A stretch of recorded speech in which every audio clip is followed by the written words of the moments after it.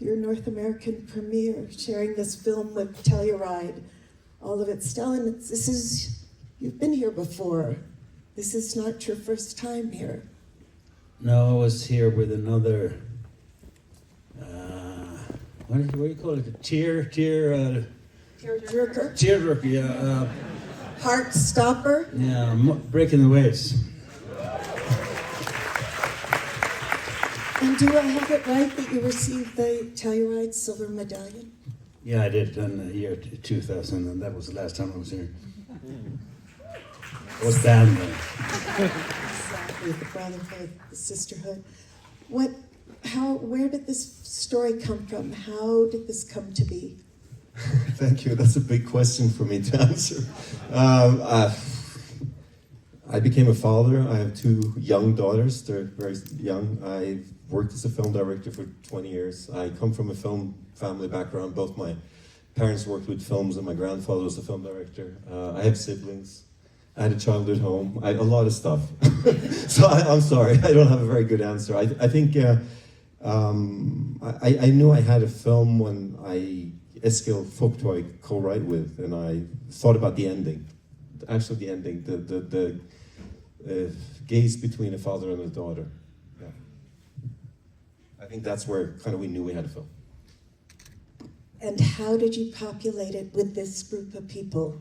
That was perhaps the most joyous process of all, meeting all of you. I mean, to be frank, a big motivation for doing the film was to write something for Renate Reinsve.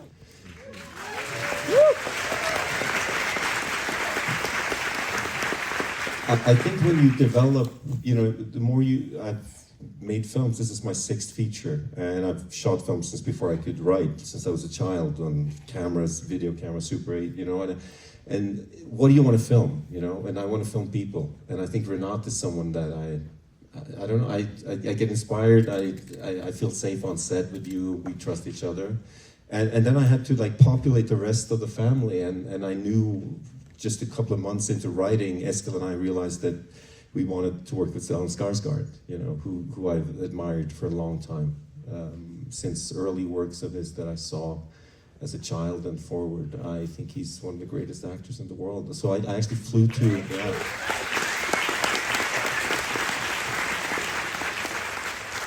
I flew to Stockholm. He invited me for lunch. I said I had to talk to him about a project, and halfway through the conversation, before meeting him, I couldn't imagine anyone else playing this role, but his warmth made me braver to, when you create characters in the universe that I want to create, I'm not interested in antagonists. I want to try to get in their shoes and understand them, like actors do. And since Stellan is actually such a warm guy, such a sweetheart. I'm sorry, man.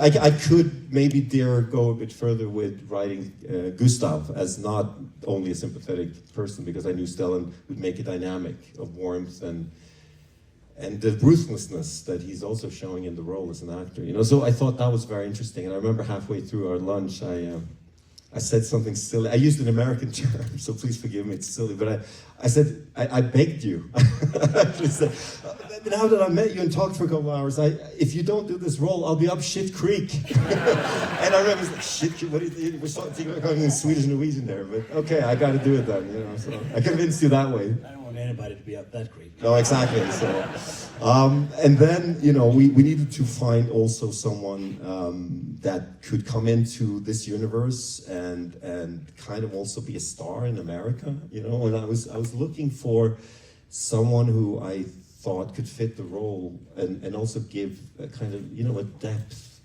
to the Rachel character, because there's a version of this film where Rachel just becomes kind of a joke or something, and I needed someone to really fight for her. And a good friend of mine, Mike Mills, who I know you worked with, and several other people really said, you should talk to Elle. She's really great, super smart. And yeah, you are. You're just wonderful. I'm grateful for you doing this.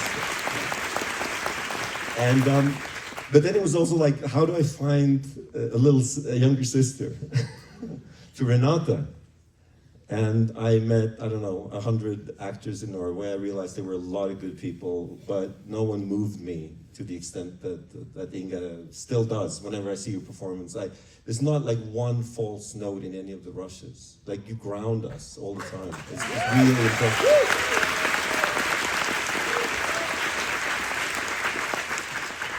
Renate, I want to ask you about that first scene when you're going on stage and panicking, the panique, Yes. and the bringing together of that, the making of that, the filming of that.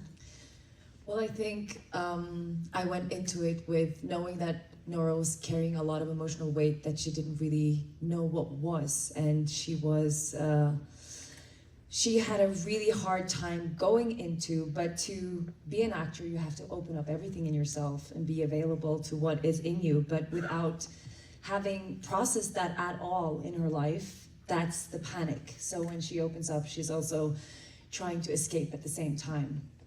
And I remember just reading the first part and really looking forward to, I love playing panic. It's so true. So that was kind of the entrance. And also I come from the theater. I worked in theater for almost all my life before I did Worst Person in the World.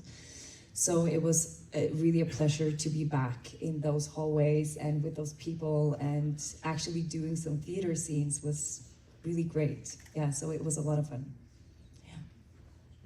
I love that aspect of the film where we're in the present tense with all the characters, and then suddenly we realize, no, we're in theater with them. It's a scene. She's playing it when you're with the bed on the floor and all that, and just how you edited us in and out of all those worlds, all those layers. Thank you. I think some collaborator I've worked with since we were in film school is Olivier Bouguecoute, the French-Danish editor. And I think he has a very good eye for performance. I feel that whenever an actor wins an award, they should always thank the editor. And some do. I think that's he's very good with, he's a humanist. He's interested in characters and acting. Yeah. But he's also very good at trusting the audience and pushing me to trust the audience, that there are ellipses and things we leave out, and that the space of imagination is as important as what we're telling. So like trying to find that balance, I want to, give credit to him for that. Yeah, that space left out, that's a beautiful way to put it. And also just faces, that not everything is said. Sometimes we're just with them and watching them as they're moving through it. Elle, what are you thinking as you're hearing that? What was this like for you, being filmed in that way? Scenes being played in that way? Wow. Well, this was just such a special experience for me. I think for all of us. Like, I'm sitting here and I don't know, I feel so moved. Like, we watched the end of the film and it floors me, and it was so special to get to be on a Joachim Trier set. Like, as an actor, it genuinely is the best set I've ever been on. You feel like anything is possible, and he's sitting right there next to the camera, and he is just seeing you and pulling things out of you that you kind of, that lie dormant inside, or that you didn't know that you had, or these vulnerabilities. And so when you don't feel afraid, anything is possible. And so Casper Tuxen, who's the DP, he's unbelievable, and he is like right there with you too, breathing with you and like dancing with you. It's cliche, but it's true. And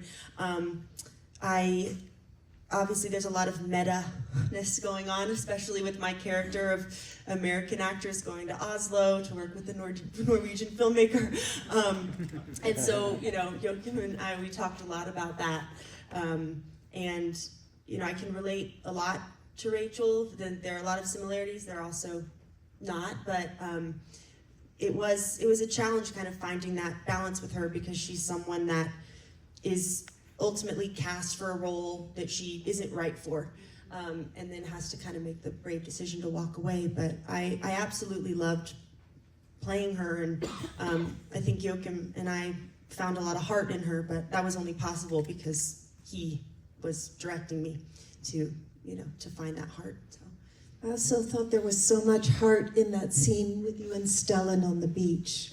at Deauville when you find each other and sort of something's being opened up. Inga, what about you? What scene for you was the hardest in that film to approach, to take on? I mean, I think none of the scenes felt hard in a way, because going to work felt so easy because it was such a nice place to be and everything was so open, and like our preparations and everything we'd done had opened up this sort of vulnerable space between us. So for me, it was just so joyful to go to work, even though it's hard, like the feelings are hard, but I like feeling the hard feelings. That's like the best part. So maybe like the scene where I get to yell at Stellan was challenging, but it was also one of the best days. Because it's like yelling at someone, so cathartic. Yeah. So it was challenging, but never in a like heavy way, I guess. Yeah. Stellan, how did you prepare? How did you bring on Gustav and all his life, his many chapters? Well, I'm not much for preparation, really. Not in a sort of actor studio way, because I come from theater. I'm used to change a role. 3 times in a play, you have 3 roles, and you can't have 3 months for each role. I read the script, of course, and I always do. What I do is I try to see in the script. I love the script. It's fantastic. But what can I do, and what can't I do? What can't I do without destroying the idea of the film, where it's going? So I first get a framework to work within. I can't do that because it will destroy the film. I can't do that because it will destroy the film. But everything else I can do, and then I'm free. And then I really discover most on the set with the other actors and with the director. That's where it happens. I wonder if you'd say more about your work in the film and how you went through all that. Yeah, I think the most interesting part about the character was playing around with what she knew and what she didn't know about herself and her kind of pain and what she realized in the different scenes. And yeah, like everyone have said now, it was, yeah, Joachim's sets are very special and feel very safe and very, very playful as well. It's like it's weird, but this is my feeling. It was like an animal just moving through the whole set. Everyone is so connected together, and we kind of have a sense of what it is. And Joachim also is really good at the collective, so he kind of gets us all to working towards the same kind of just like an emotion or something intuitive in us, but it's all going the same way, and it's very wild, and it feels really raw, but it's the only word I know how to explain it. It feels like we're an animal together. It's really weird, but that's what it is. Yeah. Pick one of the days of prep and describe it. What did you do on Tuesday? Well, I remember the first time we were reading something, I was so scared, and I blush a lot, so I was like constantly red the whole time we were reading, and just this legend of a man, very intimidating, but also like struck by how warm you are and how generous you are and how you have no ego. You are there for whatever we try to do together, and I feel kind of that's also how you cast Joachim. Like you find people that are interested in that too, and But yeah, that scene was, I don't know if I have anything specific, but how did you feel? What was? Well, I saw your blush. Yeah, it gets very red. But it was not only the blush on the outside; it was also the blush on the inside, and I saw every emotion in you, and that was a lot. That came out, and I was very scared of you. Yeah. But now I actually learned to love you. It was hard. You know, this film was given the Grand Prix at Cannes, right? And just in May. And I don't know if I have this right, but I think you received a 19-minute standing ovation. Yes, I didn't time it. I was there. It was, as a shy Norwegian, it's like someone singing your birthday song for 19 minutes. You know, you're grateful, but it's also, at some point I said to Stellan, we have to entertain these people. You know, can you do tap dancing or something? And Stellan did a little dance, you know, like, no, of course, super grateful for that. I don't know what to, you know, I'm a nerve wreck. Whenever I screen a film, it's, we structure our creative lives.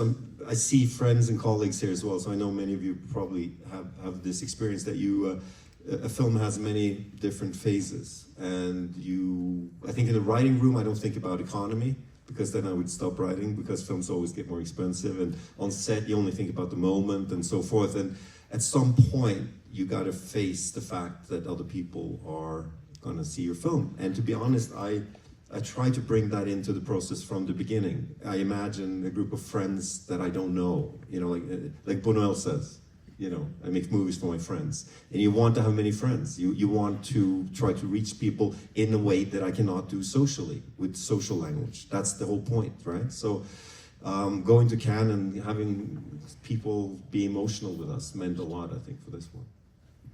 I don't know if I have this right, I think I heard you say in an interview that you love music, that music's such a deep part of your life, and vinyl was part of your life, or is still? To be honest, I tried to play drums, and I got kicked out of 2 punk bands. That wasn't good enough. So I think this, like, gathering the group is my way of trying to create a band feeling again. I liked that in this interview you said, I like to make hits. You like movies or don't like we all? music? But I know what you're referring to. I think it's about the structuring of how Eskil and I see. I'm quite inspired by the American tradition of thinking set pieces, beats of a film. Like you think about the structure of the narrative as like a record. And you want scenes to have an autonomous, almost a short film feeling to them. You don't want every scene to just be a transportation of the plot or the conflict. So that's an ideal. I'm not saying I'm managing this, but you know, you like, for example, you know, Renate's Panic, or the opening montage of the idea of Nora's essay about the house, or going to Deauville, like trying to create little stories within the story.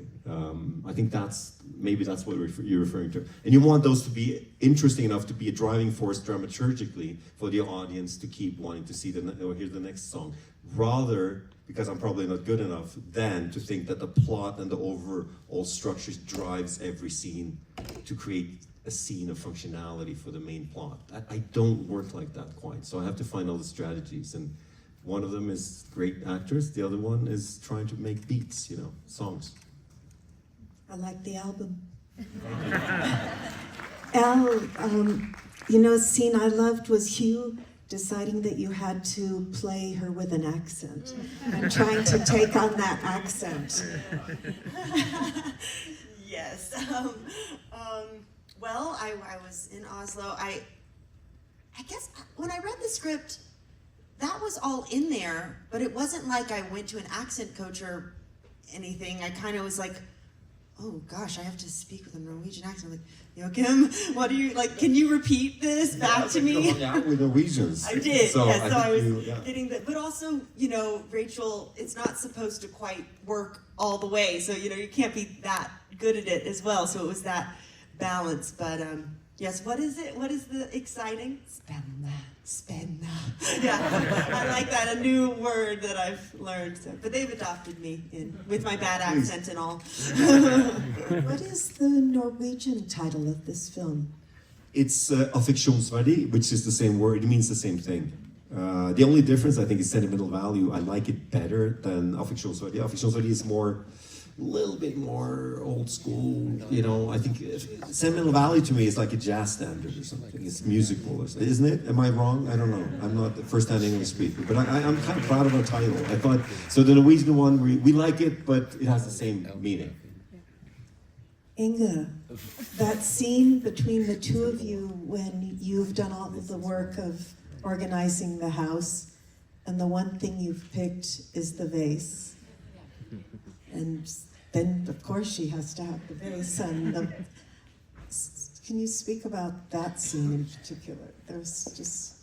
I think that's just such a relatable moment for me. I have a sister as well. And the thing that you just take, the grab onto what the other person wants. I think my character really, she recognizes that is what she would do, but with love, you know. It's not a bad vibe between them in that moment. It's just her being her, you know? Really? I don't think she's seeing you. She's there. I forgot we were supposed to stop talking. I guess I was taken with your film. And all of you. Thank you all. Thank you so much.